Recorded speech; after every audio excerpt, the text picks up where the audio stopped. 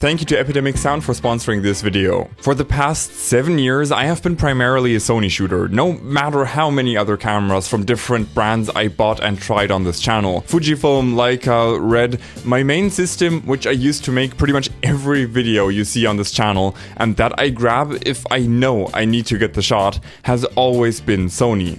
I have called the Sony A7 IV the best hybrid camera. I have called the Sony A7R II the only camera you'll ever need. But for the past almost 2 months, I have been testing a new camera that flipped all of this on its head, and for the first time in 7 years, actually made me consider switching. This is my review of the Lumix S12.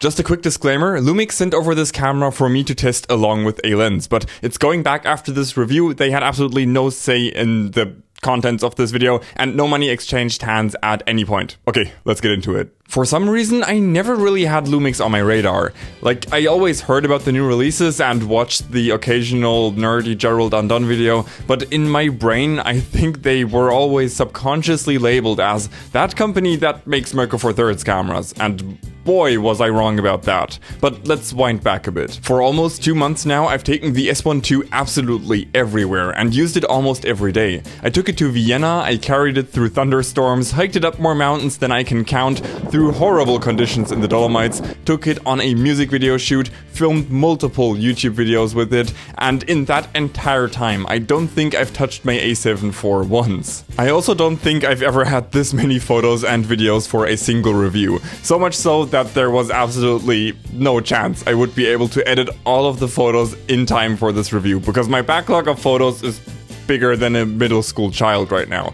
I don't know how many gigabytes a middle school child can carry though, so take this comparison with a grain of salt. Despite it being a hybrid camera, I think the Lumix S12 is the best video camera I've ever used for the work I do, even comparing it to dedicated video cameras like the Blackmagic Pyxis or both of my RED cameras. But first, let's talk about the photo side quickly before we go way off the deep end with the video side.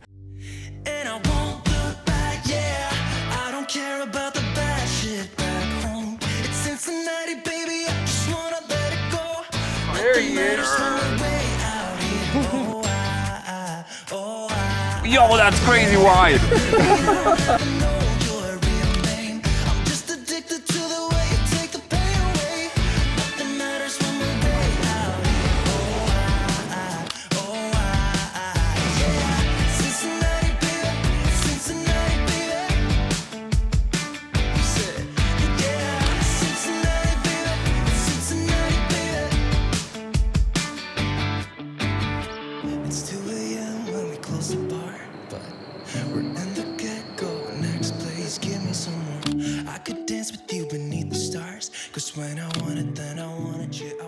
I did shoot so many photos with this camera, despite it being much more video focused, and honestly, there's not much to say about it. Modern cameras are kind of boring to talk about when it comes to photography, because they're all just so good.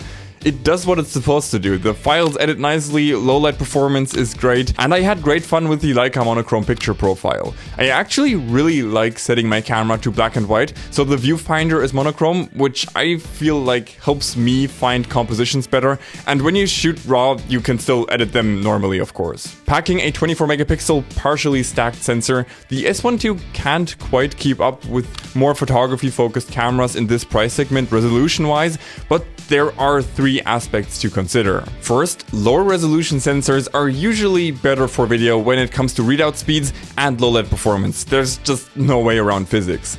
Secondly, those faster readout speeds mean you can go absolutely bonkers with the electronic shutter in burst mode, going up to 70 FPS, which even I, as somebody who regularly shoots action sports, probably won't be using. But I'm sure there are photographers out there who can make use of that. And third, if you shoot a lot, like me, a strong proponent of the spray and pray technique, the file sizes on really high resolution sensors just get out of hand. Well, outside me like spray and pray. inside editing me, not so much. And resolution isn't everything. A significant portion of my favorite photos I have taken in 2024 actually were taken on a Leica M9, which is hella old and only has 18 megapixels. I do, however, think that Sony really hit the sweet spot between resolution and file size with the 33 megapixel sensor on my A7 IV. But again, there will always be a resolution trade-off when focusing on video, and I think Lumix made the right call here. Okay, enough photography. Let's get into the video side of things, because that's where Lumix really went crazy with this camera.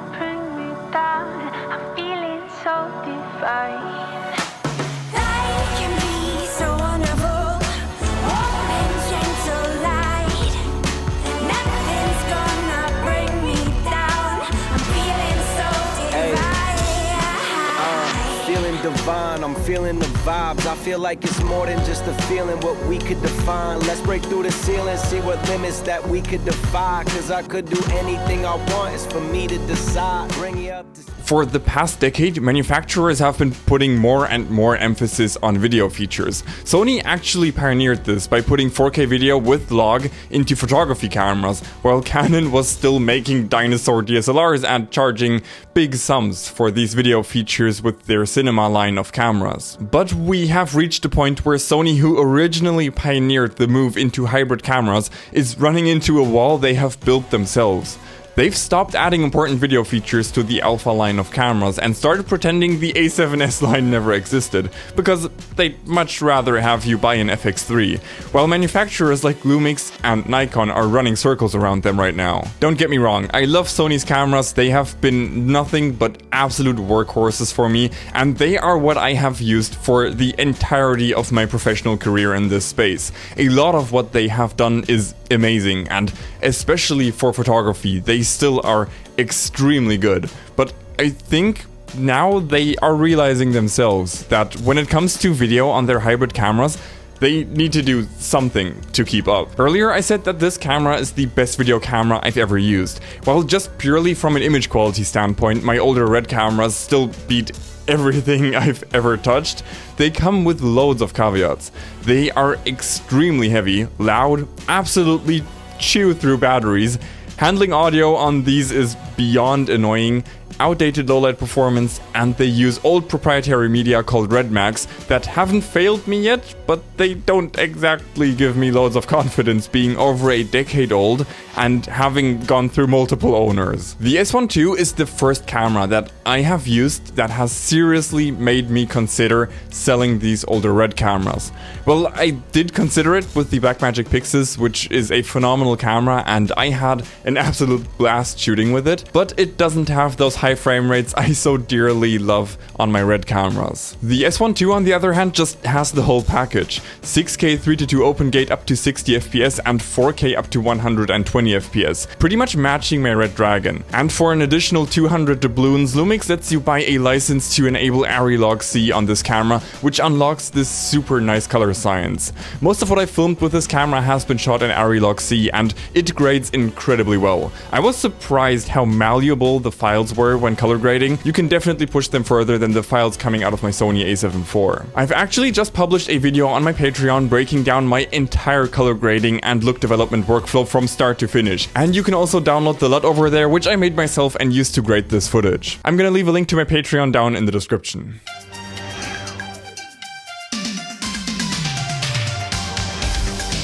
Breaking news. My name is Channel 3 and we're live from Channel 7 with international camera news from the kitchen. I mean from the studio. Blackmagic Design has officially launched ProRes Raw support in DaVinci Resolve 20.2, making ProRes Raw finally feasible in workflows around the globe. The Lumix S1 II is one of the only cameras to support internal ProRes Raw recording, so we here from Channel 3 No wait, that's my name. We here from Channel 7 are now going to conduct our official testing. But hang on, I'm getting more information. ProRes Raw recording only works onto external USB-C SSDs or onto CF Express Type B cards. I actually don't own one. Wait, let me order one real quick. Let's hand it off to our expert in the bathroom to answer the question, why do we need these expensive memory cards? It's because the files are really big. What am I doing with my life? Okay, thanks for those incredible insights. And now this next segment is completely filmed in ProRes Raw. If you want to make your videos for clients or social media instantly better, Epidemic Sound is the place to go. I absolutely love when a company I've already been using and recommending to people for years end up sponsoring a video. I honestly feel like getting some proper high quality music and sound effects for my videos was a crucial turning point for my work, because a lot of the inspiration I get for how I'm gonna piece together a video, especially the pacing and the tone it sets, it all comes from the music. But sometimes you can't quite make a song fit your edit perfectly. The ability to separate every single song on Epidemic Sound into its individual stems or change the length of it to fit that exact section in the video, it completely changed how I use music in my videos. And they just launched a brand new feature called Adapt, where with the help of AI, you can make changes to the overall mood, structure, and even add individual instruments. But this is not the time to get out your pitchforks, because this is just a creative way to make small changes to existing songs, while Epidemic Sound actually pays the artists more when their tracks get used. And all of this is still 100% safe to use in any content you make for any platform, including client work. Okay, and now let's take a look at that ProRes Raw footage in Resolve. As I said, all of the footage I've just shown was shot in ProRes Raw on the S1 II, and it handles just like any other RAW video format in DaVinci Resolve. In the color grading tab, you get all of your RAW video settings very similarly to Red Raw or B-Raw, but the file sizes are huge, as I guess you should expect with RAW video. With a 256GB card, you can record for about 14 minutes in 6K and about 28 minutes in Cinema 4K. Okay, let's talk about OpenGate video. Reading through YouTube comments and so on, I feel like many people are confused on why you would need OpenGate recording. If you're not familiar, most cameras nowadays have a 4x3 or 3x2 sensor. You can use that entire sensor for photos, but in video, not so much. In the past, most cameras have only allowed you to use a maximum of 16:9, which cuts off a decent chunk of the top and bottom. I didn't realize how great 3x2 OpenGate video is until I tried it myself on the Blackmagic Pyxis.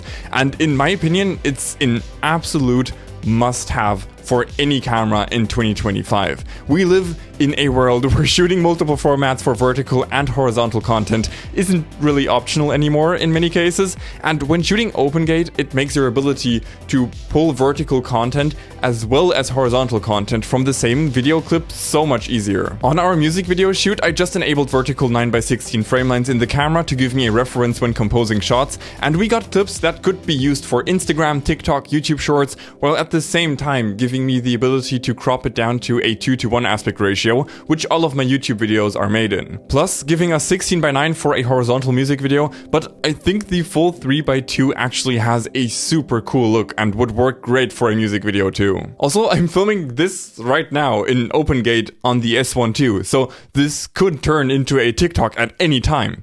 Oh god, I can hear the trending audio coming. I'm sorry. Take it back.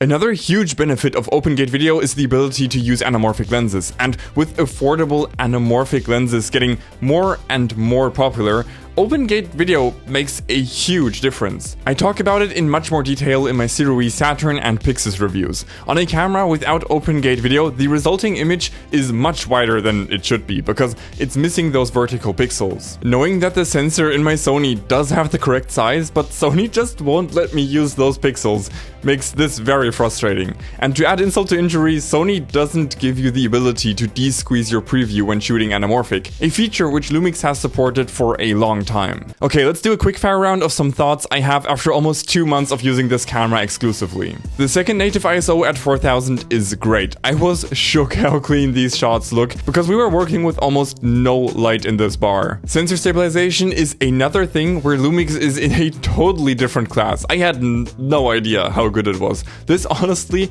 almost feels like using a gimbal, and I would never be able to pull off these shots at a standard walking pace on any of my other cameras. The autofocus has also really impressed me. I am somebody who often films himself with nobody there to operate the camera, so reliable autofocus makes this a million times easier, and was one of the main reasons why I always stuck with Sony. The body, face, and eye detect autofocus in video on the S1 II is very, very good, and even at high ISOs in low light.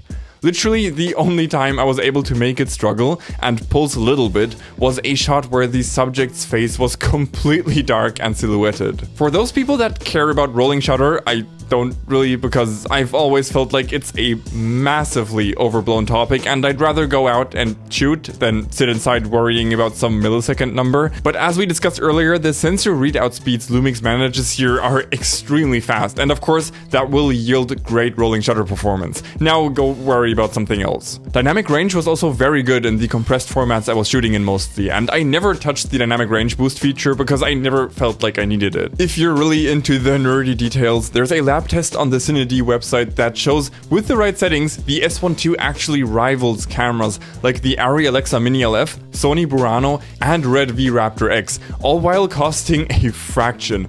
Extremely impressive in a consumer level camera. Little things like being able to set the shutter angle instead of the shutter speed make a big difference for video shooters. This camera has internal 32-bit float audio recording, which almost no other camera on the market can do. Tilty plus flippy screen, good.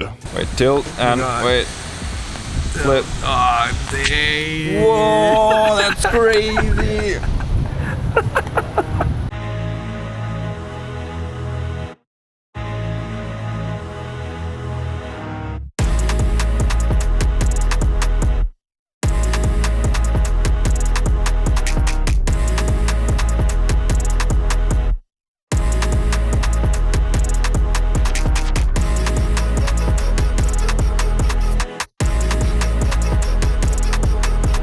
So, am I going to give Red and Sony the boot? I think I actually am. The Lumix S12 is more than I need for the stuff I shoot. However, I would like to try the recently announced Nikon ZR first before I make a final decision on where I'm going to move. While it doesn't have open gate recording unfortunately and has a bunch of trade-offs, the S12 is definitely a better all-rounder.